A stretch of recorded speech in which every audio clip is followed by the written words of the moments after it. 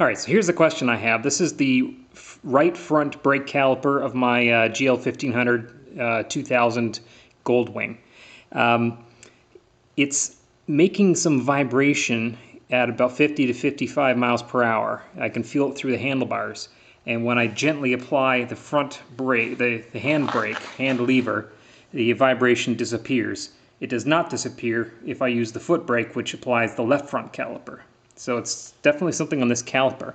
I'm seeing some free play here. I don't know if this is normal or not, but you can see the top anti-dive bracket does move a little bit, as you can see here, as does the bottom, which I think is normal, because it seems to do the same thing on the other side.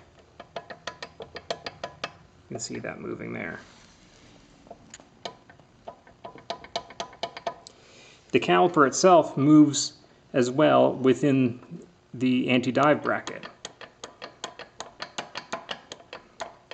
So there's enough free play there that it actually is retracting, I think, the pistons a little bit. So I think maybe what's happening is there's vibration or resonation. Maybe it's resonating, but it's vibrating against the disc, which pushes the pistons back. So when I go to grab brake, I actually get the lever squeezed all the way to the hand grip.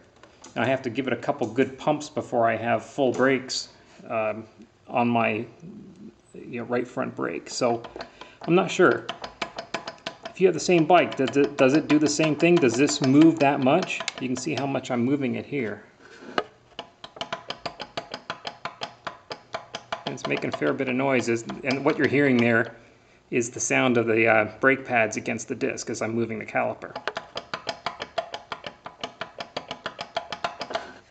I'm curious to see if anybody else has the same